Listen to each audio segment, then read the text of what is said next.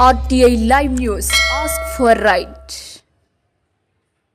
నమస్తే, welcome to RTI live news. Komaram Bheem Asifabad జిల్లా బెజ్జూర్ మండల కేంద్రంలోని రైతు వేదికలో ఇందిరమ్మ ఇండ్ల లబ్ధిదారులకు గురువారం సిర్పూర్ శాసనసభ్యులు డాక్టర్ పాల్వై హరీష్ బాబు అర్హత పత్రాలను అందించారు. ఈ సందర్భంగా మాట్లాడుతూ ఇందిరమ్మ ఇండ్ల నిర్మాణం 45 రోజుల్లో ప్రారంభించాలని అన్నారు. ఇండ్ల నిర్మాణం కోసం వినియోగించే ఇసుక తహసీల్దార్ వద్ద అనుమతి తీసుకోవాలని తెలిపారు. సిమెంటు ఇతర వస్తువులు అధిక ధరలకు విక్రయిస్తే అధికారులకు తెలపాలన్నారు. మండలంలోని 63 మంది లబ్ధిదారులకు ఇందిరమ్మ ఇండ్లు అర్హత పత్రాలు అందించినట్లు పేర్కొన్నారు. ఈ ఇండ్ల నిర్మాణంలో కేంద్రం 2 లక్షల, రాష్ట్రం 3 లక్షల తమ వాటా ధనాన్ని కలుపుతామని అన్నారు. ఇంటి నిర్మాణ దశను బట్టి బిల్లులు చెల్లించడం జరుగుతుందని తెలిపారు. ఆదివాసులకు మండలంలో మరో 478 ఇండ్లను మంజూరు చేయనున్నట్లు తెలిపారు. దీనికోసం L1 లో ఉన్న అర్హులైన లబ్ధిదారులు దరఖాస్తులు చేసుకోవాలని సూచించారు. అకాల వర్షాలతో రైతులకు అపార నష్టం జరుగుతుందని ప్రభుత్వ అధికారులతో మాట్లాడి నష్ట నివారణ సర్వే వంటి కార్యక్రమాలు చేపడతామని తెలిపారు. కార్యక్రమంలో తహసీల్దార్ రామ్మోహన్ రావు, ఎంపీడీఓ ప్రవీణ్ కుమార్, అధికారులు, ఇండ్ల లబ్ధిదారులు, బీజేపీ నాయకులు ఉన్నారు. మనం వచ్చిన విషయం ఏంది అనేది చెప్పి తర్వాత మంజూరు పత్రాల పంపిణీ కార్యక్రమాన్ని చేపడతాం. చాలా కాలంగా గత 10-11 సంవత్సరాలుగా ప్రభుత్వం ఇండ్లు మంజూరు చేయకపోవడం, ఇవాళ లబ్ధిదారులు ఎవరు కూడా ప్రభుత్వ ఇండ్లు కట్టుకోలేని పరిస్థితిలో ఉన్నారు.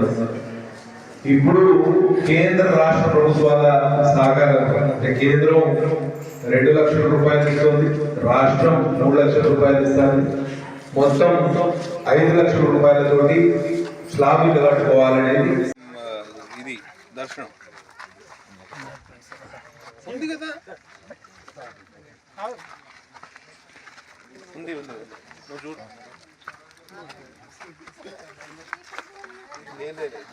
డిసెంబర్ కారా ఉన్నది. ఇప్పుడు ఎప్పుడైతే అందరికి తొందర అయిపోతుంది. తీసుకోలే తీసుకో, ఏం కాదు, ఇంత తీసుకోండి, మాట తీసుకో. అందరికి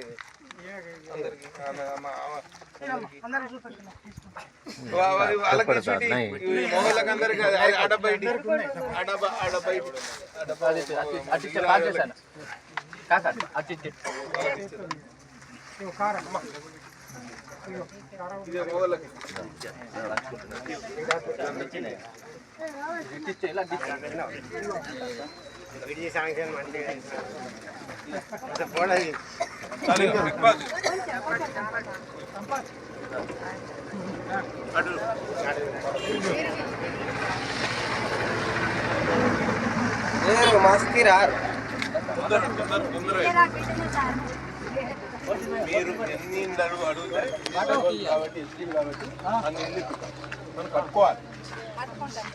ఒక 5 లక్షల నుంచి 1 లక్ష రూపాయలు ఎక్కువ పడిపోయాము.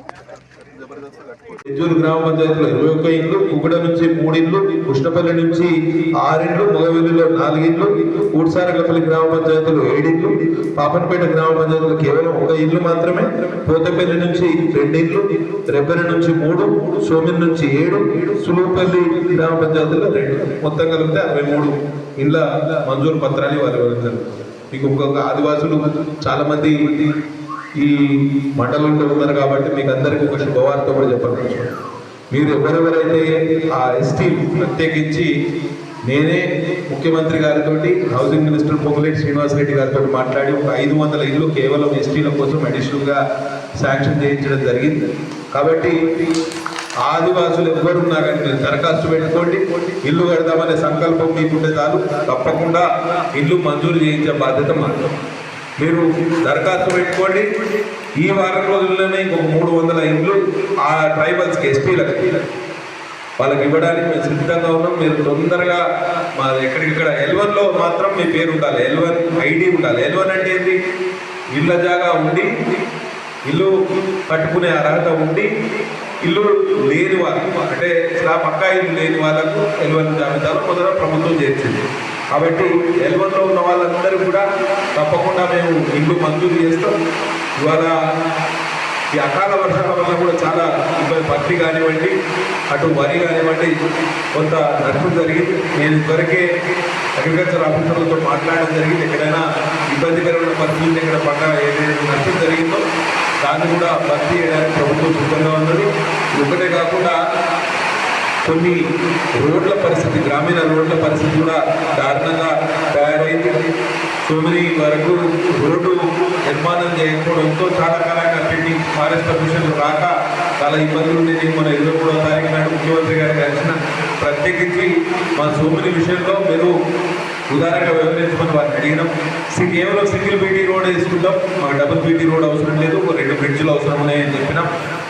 ఫారెస్ట్ పర్మిషన్ల ఇబ్బంది లేకుండా చూడమని వారిని విజ్ఞప్తి చేస్తే వారు సానుకూలంగా స్పందించారు. తప్పకుండా సోమని వరకు మనం బీటీ రోడ్డు శాంక్షన్ చేయించాలి. ఇంతకుముందు ఏదైతే ఎల్డబ్ల్యూ స్కీమ్లో శాంక్షన్ అయింది అది వేరే ప్రాంతానికి వెళ్ళింది కాబట్టి ఆ ఫండ్స్ అన్ని డైవర్ట్ అయిపోయింది. ఇప్పుడు కొత్తగా నూతనంగా మళ్ళా నాన్ ప్లాన్ బడ్జెట్ కింద కొన్ని నిధులు మంజూరు చేయమని వారిని అడగడం జరిగింది. తప్పకుండా మంజూరు చేస్తామని వారు మాట కూడా ఇచ్చారు. ఐటీడీఏ నిధుల నుంచి మనకు కేటాయిస్తామని చెప్పారు. కాబట్టి ఆ బీటీ రోడ్డు, దాని తర్వాత బస్సు ఇప్పుడు సోమిని మొగవెల్లి వరకు పోతుంది. బస్సును గూడెం వరకు అదే రోడ్డు కోయపల్లి మీదుగా తీసుకువెళ్తే ఇక్కడ చాలామంది మాలికులు వస్తున్నారు, చాలా ఇక్కడ కూరగాయలు పండిస్తారు. వాళ్ళు మహారాష్ట్ర తీసుకుపోయి కూరగాయలు అమ్ముకుంటారు కాబట్టి వారి వెసులుబాటు ఉంటుంది. ఈ ప్రాంతానికి ఐఐరి తాలూకాతోటి బాగా సంబంధాలు ఉన్నాయి కాబట్టి కొత్తగా నేను డిఎం గారికి కూడా ప్రతిపాదన పెట్టినా ఎక్కడెక్కడైతే రోడ్డు రిపేర్ అవసరం ఉందో వాటిని చేపిస్తాం. మీరు నూతనంగా ఈ రూట్లో కూడా ఒక బస్సు నడపాలని వారిని కోరడం జరిగింది. వారు కూడా సానుకూలంగా స్పందించారు. రూట్ ఇన్స్పెక్షన్ కూడా అయిపోయింది అనుకున్నాను. మొన్న 2-3 రోజుల క్రితం ఒకసారి రూట్ ఇన్స్పెక్షన్ కోసం కూడా పోయారు. తప్పకుండా ఆ విషయంలో కూడా చొరవ తీసుకుంటాం. అట్లే పాపలపేట గ్రామానికి కూడా కొంత రోడ్డు సమస్య ఉన్నది.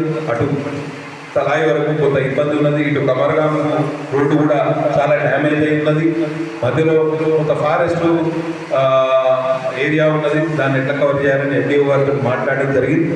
తప్పకుండా మీ అన్ని సమస్యల మీద సానుకూలంగా ఆలోచన చేసి అన్ని సమస్యల పరిష్కారం కోసం కృషి చేస్తాం. అట్లనే ఇవాళ మేము బాపుగూడెం సులుపల్లి గ్రామ పంచాయతీలో బాపుగూడెం ఉన్నది. చాలా కాలం కొంత నుంచి 75 సంవత్సరాల్లో ఆ గ్రామానికి రోడ్డు సౌకర్యం లేదు. ఒక 65 లక్షల రూపాయలతోటి బీటీ రోడ్డు మరియు చిన్న వంతెన నిర్మాణం కోసం ఇప్పుడే శంకుస్థాపన చేసి రావడం జరిగింది. వారికి కూడా మొత్తం ఆదివాసీ కుగ్రామం బాపుగూడెం అనేది పూర్తిగా 20 కుటుంబాలు ఉండే ఆదివాసీ కుగ్రామం. దానికి కూడా ఐటీడీఏ నుంచి నిధులు మంజూరు చేయించి ఆ శంకుస్థాపన కార్యక్రమం కూడా చేపట్టడం. వారికి కూడా ఈ సందర్భంగా శుభాకాంక్షలు తెలియజేస్తూ దశల వారీగా కొంత ప్రభుత్వం దగ్గర డబ్బులు లేని మాట వాస్తవం. సాక్షాత్తు ముఖ్యమంత్రి గారు అసెంబ్లీలో చెప్పారు. కాబట్టి ఎక్కడ నిధులు అందుబాటులో ఉన్నాయి, కేంద్ర ప్రభుత్వ నిధులతోటి కొంత అభివృద్ధి ఎన్ఆర్ఈజీఎస్ ఈ సంవత్సరం ఎన్ఆర్ఈజీఎస్ మనకు ఇతోధికంగా నిధులు కేటాయించడానికి రాష్ట్ర ప్రభుత్వం సిద్ధంగా ఉన్నది. మీరు సైడ్ డ్రైన్స్ కానివ్వండి, సీసీ రోడ్లు, సిమెంట్ రోడ్లు కానివ్వండి ప్రతిపాదనలు మాకు ఇస్తే తప్పకుండా ప్రతి గ్రామానికి 2 రోడ్లకు తక్కువ కాకుండా మీకు అందరికీ రోడ్డు సౌకర్యం కల్పించే అంతర్గత రోడ్లు వేసే కార్యక్రమం కూడా మేము చేస్తాం. కొన్ని ఏరియాస్లో కరెంటు సమస్య కూడా ఉన్నది. కొత్త కాలనీలు ఏర్పడ్డ చోట కరెంట్ లైన్ ఎక్స్టెన్షన్ జరుగుతలేదు. 10 సంవత్సరాల నుంచి ప్రభుత్వం నిధులు కేటాయించలేదని ఆరోపణ చేస్తూ ఉన్నారు. దానికి సమాధానంగా నేను కూడా కరెంట్ డిపార్ట్మెంట్ వాళ్ళతో మాట్లాడి ఇక్కడ కొత్త ఒకటి పాల్వాయి నగర్ ఉన్నాం, చిత్రమానపల్లి మండలం, అక్కడ ఆ ఊరు అప్పుడు లేనప్పుడు అక్కడ కరెంట్ లైన్ వేసేది. ఇప్పుడు మళ్ళీ మొత్తం ఇండ్లు అయిపోయింది.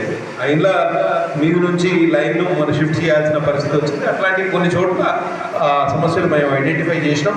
వాటి సమస్యల కోసం కూడా పరిష్కారం చేస్తాం. రామ్మోహన్ రావు గారు సీనియర్ ఎంఆర్ఓ ఈ ప్రాంతాన్ని సుపరిచితం. మరి అత్తగారు ఊరు కూడా కాగదినారే కాబట్టి వారికి ప్రాంతం మీద పూర్తి స్థాయి అవగాహన ఉన్నది. ఇప్పుడు కొత్తగా ఏదైతే 22A మరియు సాదా బైనామాల విషయంలో రాష్ట్ర ప్రభుత్వం భూభారతి చట్టం కింద కొత్తగా ఏవైతే భూ సమస్యల పరిష్కారం కోసం కృషి చేస్తుందో మీరందరూ దరఖాస్తులు పెట్టుకోండి. ఎక్కడ వీలైతే చట్ట పరిధిలో ఉన్న మనకిచ్చిన మ్యాండేట్ పరిధిలో తప్పకుండా సమస్యల పరిష్కారం కోసం కృషి చేస్తాం. ఈ విలేకరులు కూడా మనకు ఈ కార్యక్రమానికి వచ్చినందుకు వాళ్ళందరికీ కూడా ప్రత్యేక ధన్యవాదాలు తెలియజేసి సెలవు తీసుకుంటున్నాం. బోలో భారత్ మాతా కీ జై. Thank you sir. ఇప్పుడు మొత్తం మనం మండలంలో 478, ఇప్పుడు ఇవన్నీ కలుపుకుంటే ఇదివరకు 415 వచ్చినాయి. ఈ 63 కలుపుకుంటే 478 ఇళ్ళు కూడా పూర్తి స్థాయిలో. కానీ మొదలైనవి చాలా తక్కువ. చాలా మంది వర్షాలు ఉన్నాయి మేము కట్టుకోలేము అని చెప్పారు. సరే మేము యాక్సెప్ట్ చేసినాం. సరే వర్షాలు తక్కువ ఇవ్వాలంటే తుఫాన్ ఉన్నది కానీ రేపెల్లుండి అయితే మళ్ళా వర్షాలు జూన్ 10 నాటికి మనం వర్షం పడమన్నా పడదు. కాబట్టి మీకు 6-7 నెలలు 8 నెలల సమయం ఉన్నది. నవంబర్, డిసెంబర్ 2 నెలలు ఈ సంవత్సరంలో, 6 నెలలు వచ్చే సంవత్సరం, మొత్తం 8 నెలల సమయం ఉన్నది. 8 నెలల్లో మీరు పూర్తి స్థాయిలో ఇల్లు కట్టుకోవాలి. అది ప్రభుత్వం ప్రతి సోమవారం మీకు బిల్లులు మంజూరు చేస్తుంది. బేస్మెంట్ కట్టినప్పుడు ₹1,00,000, రూఫ్ లెవెల్ మీరు ఆ లెవెల్ గోడ కట్టినప్పుడు పిల్లర్లున్నా పిల్లర్లు లేకపోయినా, పిల్లర్లు ఉంటే ₹1,00,000 ఎక్కువ ఖర్చు అవుతుంది. పిల్లర్లు లేకున్నా కూడా మీరు స్లాబ్ వేసుకోవచ్చు గోడల మీద. ఆ గోడల లెవెల్ వచ్చినప్పుడు ₹1,00,000, స్లాబ్ వేసినప్పుడు ₹2,00,000. పూర్తి కింద ఫ్లోరింగ్ చేసి అంత రెడీమేడ్ ఇల్లు తయారైన రోజు ఇంకో ₹1,00,000, 5 లక్షలు. కొంత మీరు పిల్లర్ వేసి కింద బెడ్ పరిచి దాని మీద గోడలు నిలిపి దాని మీద స్లాబ్ వేసుకుంటే సరిపోతుంది, పర్వాలేదు. ఇప్పుడు ఇవన్నీ లెక్కలు అవసరం లేదు. సో మనం